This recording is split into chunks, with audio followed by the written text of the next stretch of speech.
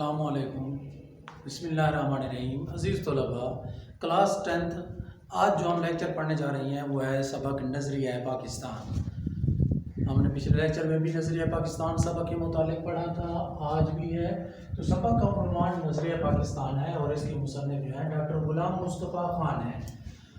Doctor Ghulam Mustafa Khan نے نظریہ پاکستان کے موضوع سے ایک مضمون لکھا ہے۔ نظریہ، میں نے آپ کو پچھلے لیکچر میں بھی اس کی تعریف بتائی تھی، عام زندگی کا ضابطہ یا پروگرام جس کی بنیاد فکر و فلسفہ پر استوار ہو تو اسے نظریہ کہا جاتا ہے۔ اور پاکستان بنانے کا جو پروگرام ہے، پاکستان بنانے کی جو تجویز ہے، اسی کو کہا جاتا ہے نظریہ پاکستان۔ یعنی برِ صغیر کے مسلمانوں نے جو پروگرام بنایا، جو لائے عمل بنایا کہ ہم اپنے لیے ایک آزاد ملک حاصل کریں جہاں ہم اسلامی اصولوں کے مطابق زندگی بسر کر سکیں، اسی سوچ، اسی خیال اور اسی پروگرام کو نظریہ پاکستان کہا جاتا ہے۔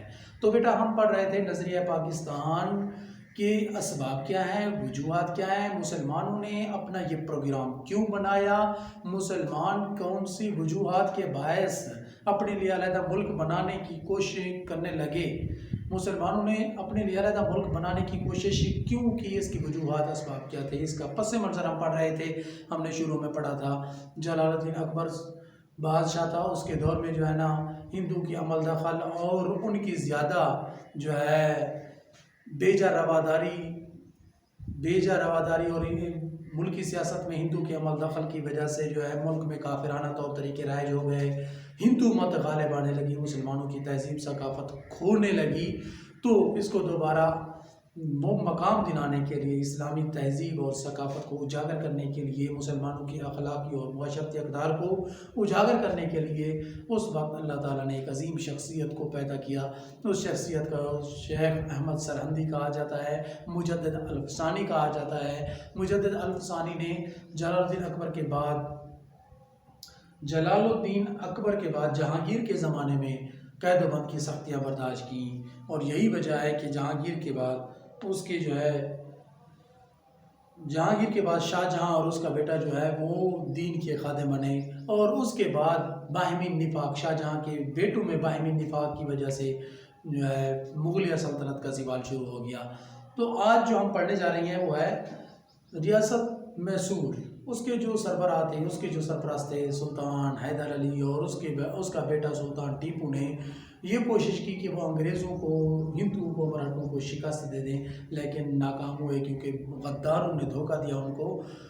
اسی زمانے میں شاہ ولی اللہ جیسی شخصیت بھی پیدا ہوئی۔ تقریباً شاہ ولی اللہ جو بہت بڑے محدث، بہت بڑے مصلح اور بہت بڑے عالم دین تصور کیے جاتے تھے، آج بھی بڑا نام ہے، بہت بڑی علمی قابلیت رکھنے والی شخصیت شاہ ولی اللہ ہے۔ 1703 میں پیدا ہوئے اور 1763 میں ان کی وفات ہے۔ شاہ ولی اللہ نے بھی مسلمانوں کی اخلاقی اور معاشرتی اقدار کی حفاظت کے لیے تگ و دو کی۔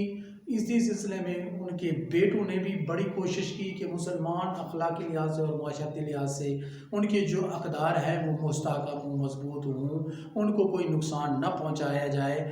انہوں نے بڑی کوششیں کی، اور اس کے بعد شاہ ولی اللہ اور ان کے بیٹوں کے بعد ان کے پوتے شاہ اسماعیل شہید اور ان کے مرشد جو ہیں سید احمد بریلوی، انہوں نے 1831 میں جام شہادت نوش کیا۔ ان کی بھی کوششیں تھیں، شاہ ولی اللہ ہو گئے، ان کے بیٹے ہو گئے، ان کے پوتے اور ان کے مرشد سید احمد بریلوی ہو گئے، تو انہوں نے بڑی کوشش کی اسلامی اصولوں کو دوبارہ رائج کرنے کی، ملک کو غلامی سے آزاد کرانے کی۔ اسی کوشش میں 1831 میں انہوں نے اپنی جانیں قربان کر دیں، تاہم انہوں نے مسلمانوں کے دلوں میں جوش اور ولولہ پیدا کر دیا۔ شاہ ولی اللہ، ان کے بیٹے، ان کے پوتے اور ان کے مرشد نے مسلمانوں کے اندر یہ جوش اور جذبہ پیدا کر دیا۔ چنانچہ 1857 کی جنگ آزادی میں مسلمانوں نے پھر اپنے قدم جمانے کی کوشش کی۔ مسلمان قوم کے اندر ایک ایسا جذبہ پیدا کر دیا شاہ ولی اللہ کی کوششوں نے، ان کے بیٹے کی کوششوں نے، ان کے بیٹوں کی کوششوں سے، اور ان کے پوتے اور ان کے مرشد کی کوششوں سے مسلم قوم کے اندر ایک جوش جذبہ پیدا ہوا، اور اس جوش اور جذبے کا اظہار کیا مسلم قوم نے 1857 کی جنگ آزادی میں۔ اس